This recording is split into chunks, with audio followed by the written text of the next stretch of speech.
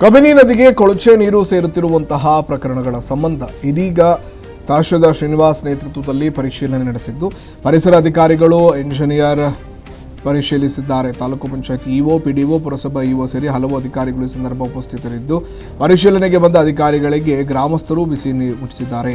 ಜನರಿಗೆ ಕುಡಿಯಲು ಯೋಗ್ಯ ನೀರು ಸಿಗುತ್ತಿಲ್ಲ. ಕಬಿನಿಗೆ ಕೊಳಚೆ ನೀರು ಸೇರುತ್ತಿದ್ದರೂ ಕೂಡ ಪಿಡಿಒಗಳು ಮೌನವಾಗಿದ್ದಾರೆ.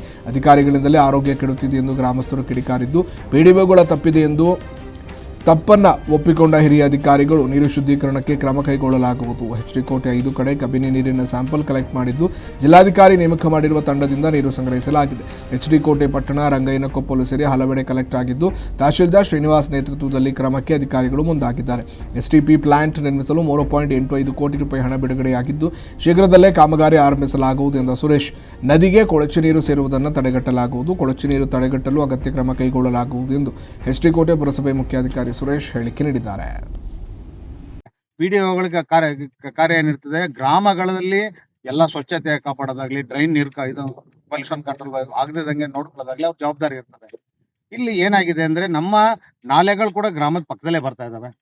ಪಿಡಿಒಗಳು ಮತ್ತೆ ಇವ್ರದ್ದು ಏನಾಗಿದೆ, ಡ್ರೈನ್ ಅನ್ನ ನೇರ ನಮ್ಮ ನಾಲೆಗೆ ತಂದು ಬಿಟ್ಬಿಡ್ತಾ ಇದ್ದಾರೆ. ಇದು ನಮ್ಮ ಇಲಾಖೆ ಪ್ರಕಾರ ಪಿಡಿಒ ಮಾಡ್ತಿರೋದು ತಪ್ಪು. ಆಗ ಮಾಡಬಾರ್ದು. ಡ್ರೈನ್ ನೀರು ನೇರ ಅಲ್ಲಿ ಬಿಡೋದ್ರಿಂದ ನಮಗ್ ತೊಂದರೆ ಆಗ್ತದೆ, ನಮ್ಮ ಬೆಳೆಗಳಿಗೆ ತೊಂದರೆ ಆಗ್ತದೆ. ನಾವು ಬೆಳೆಗಳ ನೀರು ಕೊಟ್ಟಾಗ ಬೆಳೆಗೆ ತೊಂದರೆ ಆಗ್ತದೆ, ಮತ್ತೆ ಅದನ್ನ ನೀರು ಕಟ್ಟುವಂತ ರೈತರುಗಳಿಗೆ ಮತ್ತೆ ನೀರು ಉಪಯೋಗಿಸುವಂತ ರೈತರುಗಳಿಗೆ ತೊಂದರೆ ಆಗ್ತದೆ. ಅದು ಆಗ್ಬಾರ್ದು. ಆ ಕಾರಣಕ್ಕೆ ನಾವು ಪಿಡಿಒಗಳಿಗೆ ನೋಟಿಸ್ ಕೊಟ್ಟು ಅದನ್ನ ಬೇರೆ ಕಡೆಗೆ ಡೈವರ್ಟ್ ಮಾಡಬೇಕು, ಮತ್ತೆ ಹಳ್ಳದ ಕಡೆಗೆ ನೀರು ಬಿಡಬೇಕು ಅಂತ ಹೇಳಿ ನಾವು ಅವ್ರಿಗೆ ಈಗಾಗಲೇ ಒಂದು 5-6 ಬಾರಿ ನೋಟಿಸ್ ಕೊಟ್ಟಿದ್ದೀವಿ. ಈ ಎಲ್ಲ ಕಾರಣಕ್ಕಿಂತ ಇವತ್ತು ಪೊಲ್ಯೂಷನ್ ಕಂಟ್ರೋಲ್ ಬೋರ್ಡ್ ಇಂದ ಕೂಡ ಅಧಿಕಾರಿಗಳೆಲ್ಲ ಬಂದಿದ್ದಾರೆ, ಪರಿಶೀಲನೆ ಮಾಡಿದ್ದಾರೆ.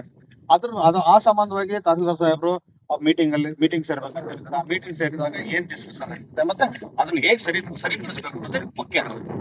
ಸಮಸ್ಯೆಗಳು ಆಗ್ತಾ ಇದೆ, ಸಮಸ್ಯೆನ ಸರಿಪಡಿಸೋದಕ್ಕೆ ತಹಸೀಲ್ದಾರ್ ಸಾಹೇಬರು ಮೀಟಿಂಗ್ ಅಲ್ಲಿ ಏನ್ ನಿರ್ಧಾರ ತಗೋತಾರೆ ಮತ್ತೆ ಹೇಗೆ ಮಾಡ್ಬೇಕು ಅಂತ ಹೇಳ್ಕೊಳ್ತಾರೆ.